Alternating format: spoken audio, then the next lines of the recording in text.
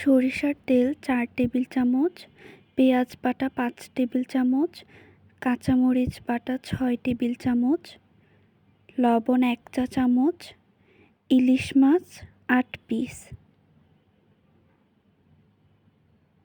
প্রথমে প্যানে তেল গরম হয়ে গেলে দিয়ে দিব পেঁয়াজ বাটা, কাঁচামরিচ বাটা,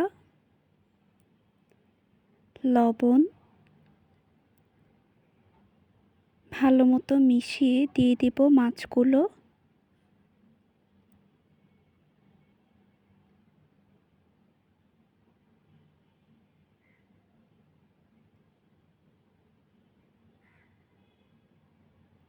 সবগুলো মাছ দেওয়ার পর এভাবে ঘুরিয়ে নিব।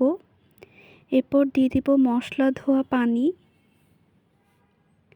ইলিশ মাছ বেশি নড়াচড়া করা যায় না, ভেঙে যায়। এভাবে প্যান ঘুরিয়ে ঘুরিয়ে রান্না করতে হয় যেন মশলাটা ভালোভাবে মিশে। একে রাখবো 10 মিনিটের জন্য। 10 মিনিট পর আমার কাছে মনে হয়েছে ঝালটা একটু কম, মরিচের ঝাল কম ছিল, তাই আমি গুঁড়া মরিচ দিয়েছি পরে, যেটা স্কিপ হয়ে গেছে।